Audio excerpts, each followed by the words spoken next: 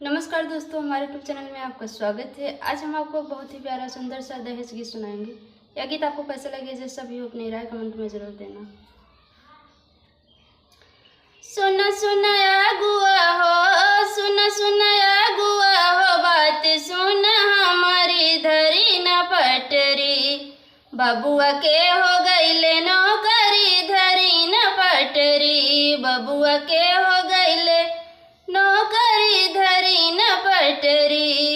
सुन सुनया गुआ हो, सुन सुनया गुआ हो, बात सुन हमारी धरी न पटरी। बबुआ के हो गईले नौकरी धरी न पटरी। अरे दाम दुकानी भैया सुनी ल तुमोरा, यही के बाद विचार रख तोरा। दाम दुकानी भैया सुनी ल तुमोरा, यही के बाद विचार रख तोरा। 9 लाख नेट चाही, 9 लाख नेट चाही, लाल के बुलेट गोरे गाल छोकरी। बबुआ के हो गईले नौकरी धरी न पटरी। बबुआ के हो गईले नौकरी धरी न पटरी। बाप दादा से चलल आई जमींदारी, दुआर चढ़े न तिल कहरू भिखारी। बाप दादा से चलल आइल जमींदारी, दुआर चढ़े न तिल कहरू भिखारी।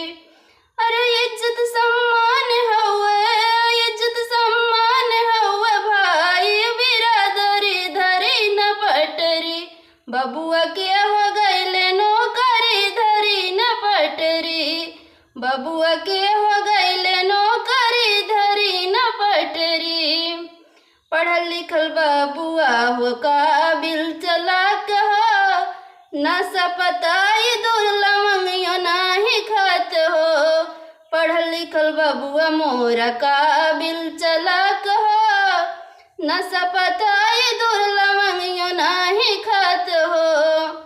माई के दुलार हुए, माई के दुलार हुए, अखिया कबूतरी धरी न पटरी।